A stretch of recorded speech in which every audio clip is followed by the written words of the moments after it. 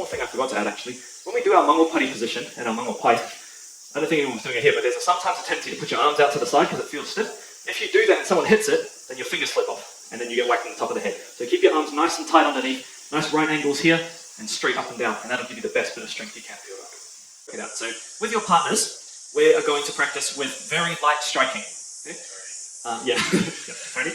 No. So when I say light strike, we'll talk about how to strike with these a little bit later if we get time. I'm not too fussed about that right now because I want to work more on the stances and the blocks. Just strike however you want to strike. The real best way to do it with Rakau is you hold it like our straight up position, you step forward and strike straight out from your head. So it's a very straight one. Not this big like axe chopping motion like that. If you get to feel one of these, or you come and have a look after, they're not that heavy. Even the real solid ones are not that heavy. So you don't want to make this big chopping motion. It's just from here straight out and snapping to hit your partner. So if you want to add the extra detail, it's that same snap with your wrist.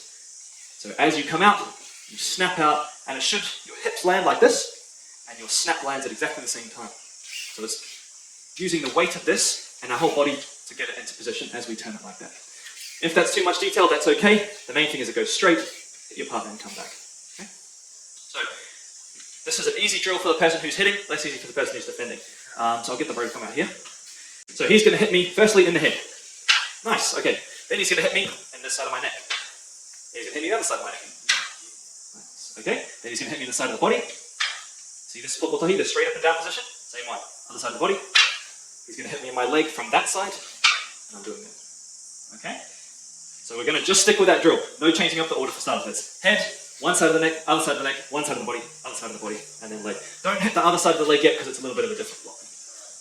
Main thing I noticed there, you've got to double check that your hands are the right way around there. So remember I said this is asymmetric weapon? So with a jaw, it doesn't matter a lot of the time. With this, it really does, because you've got to be able to get the snap. If your hand's this way around, you'll be trying to hit like this and it won't work. So just to double check one more time, if the stick's straight, my right hand comes from underneath like this, and my left hand comes from the top like that. And I've always got to keep it that way. Okay. If you have got that stick, then the tape, or whatever you picked as your arido, is on your left side almost all the time. It doesn't change much for this form. All good. Okay, so hopefully we're getting that block drill a little bit, the idea. What you can see is that when we do our paiaha stuff, we're not doing really big movements. A lot of this is about really keeping contained. This one's a bit of a big one because we've got to get down to our feet, but it's about keeping it nice and tight. Okay? Now we're going to switch partners, and we're going to do a bit more random striking. This is what we should not be doing, is trying to feint, swing around, take people's legs out. We're not going to do that right now. I know we're all inspired by John to hit our partner, but for this one we'll save that one. So what we're going to do instead is keep up a nice steady pace, make it a bit of a telegraph, let your partner know where it's going to come into, and give them a little bit of time to respond. For the partner, try not to panic too much, right? It is a stick swinging at you, but everyone in here is good enough with a jaw that they're not going to whack you in the face if they don't want to. You don't need to panic, give yourself time. Yeah, some of them may do it regardless, but yeah, just avoid those people. Okay, but what we want to do is just give ourselves time and make sure that you're in a good position, because there's no good training to block like this, rather than when you could be training to use the proper type of movement. So, I mean, part of it is to show how difficult it is to stay calm and relaxed when someone's swinging a massive weapon at you. But also it's the idea that, like I was saying, the movements are really small. Like, we're not doing these big swingy block movements. We're just going to keep it nice and tight and together. And that's because it's quite a long weapon, but it's also because the tighter you are, the easier it is to control the center. So I talked a lot last time about a lot of like some attacks we can do where we come off the center line, some ones where we close in and throw them, all this kind of stuff. Might do that if we've got time at the end, but that's part of what we want to do too. And you guys will learn from whatever other stuff you do. So the next session, the next little bit, I want to answer one of the questions that we had here, which was, what is our basic ready stance for this? And the answer to that is it really depends on how you want to fight. Right? So what you would also found with that drill is if someone's really going fast and trying to hit you, it's very hard to know where they're going to hit you from, right? Especially if they're trying not to telegraph it. So yes, when we're sparring, we have to be reactive, we have to be quick, we have to have the right reflexes. But we also want to try to limit options and force them into certain parts of action that are good for us, right? So, I mean, we all know this, if anyone's sparred before, you don't just leave yourself open and say, hit me wherever, and expect yourself to be fast enough, because if you do, then you're going to get hit, because the other guy's probably just about as fast as you. Okay? So what we want to do is leave an opening that we know how to deal with, and then when they attack in that opening, we can, essentially defend them.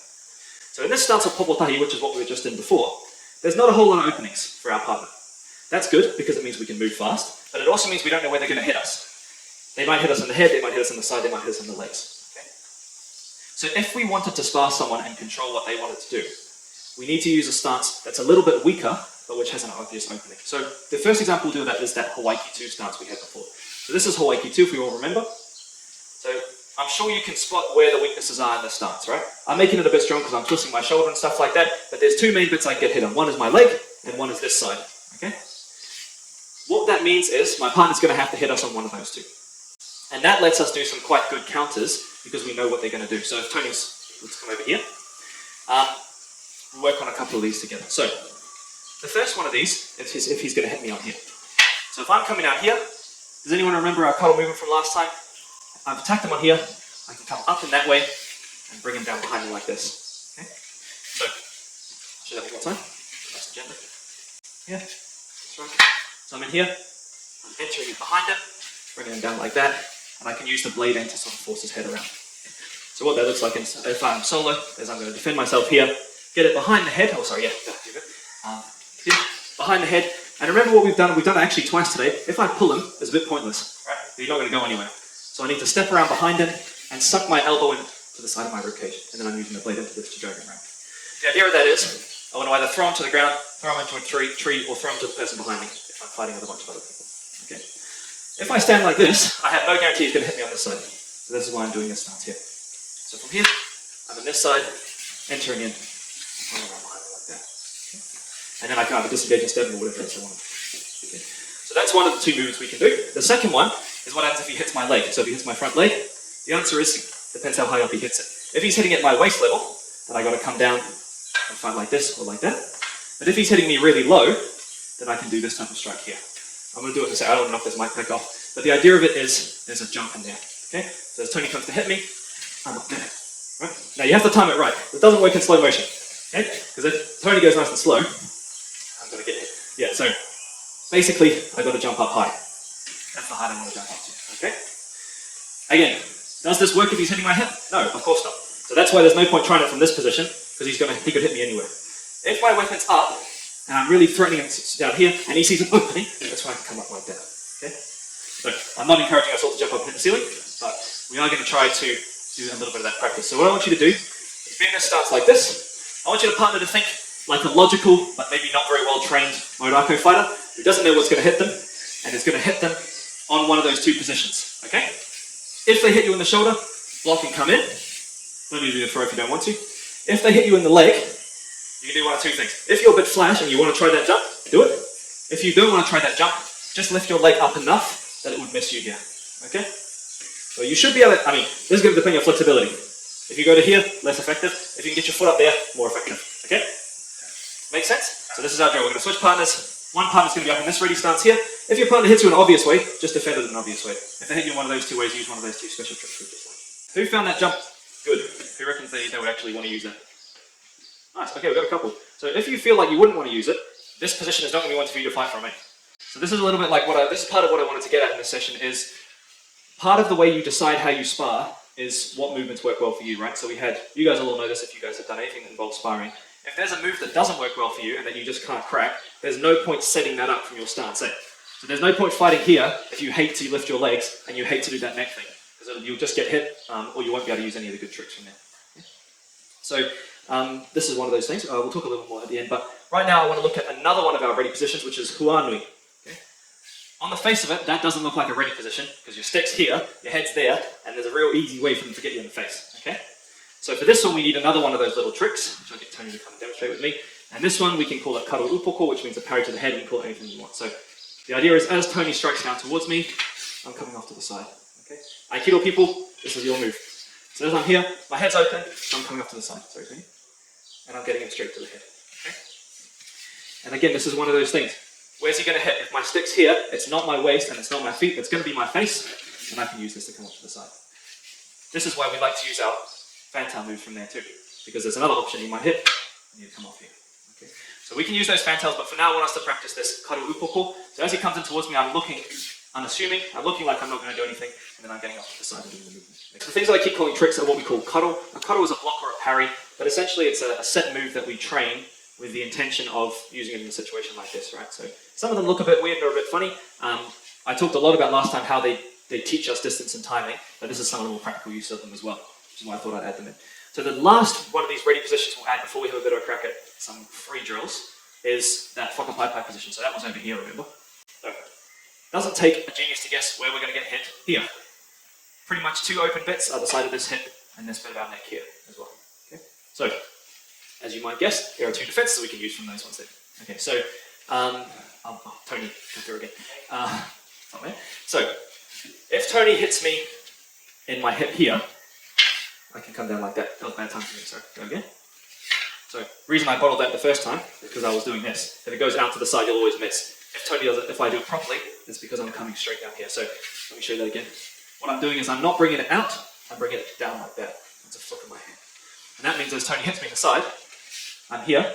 This is too long for this, so I wouldn't use this technique with this particular thigh half. But I will also be able to thrust into the throat.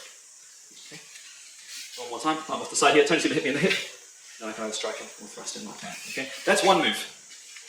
The second one we can do is what happens if he hits me on this side of the jaw. Answer is I'm going to use my block like this. Okay? But I don't just want to leave it here, because otherwise he goes back and now we're fencing again.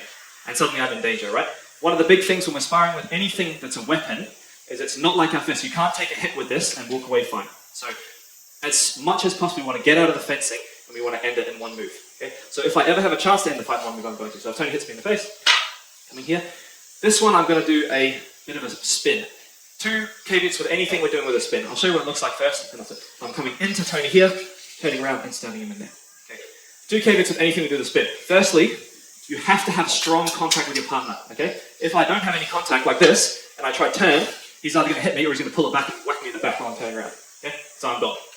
So the only way I can do a spin, I can't use my eyes, I have to know where he is at all times and I have to be pushing him back. Okay? The other thing is I can't do it from too far out. So if Tony hits me, if he has a really long staff, he hits me out here, I can't get in fast enough to do a spin. If I start walking like this, he's going to do something else to me. So the only 2 times we can do this is when I'm close enough and when I put pressure. But if I'm over here and Tony hits me, okay, then I come in like that, I can put pressure in and come into the background like that.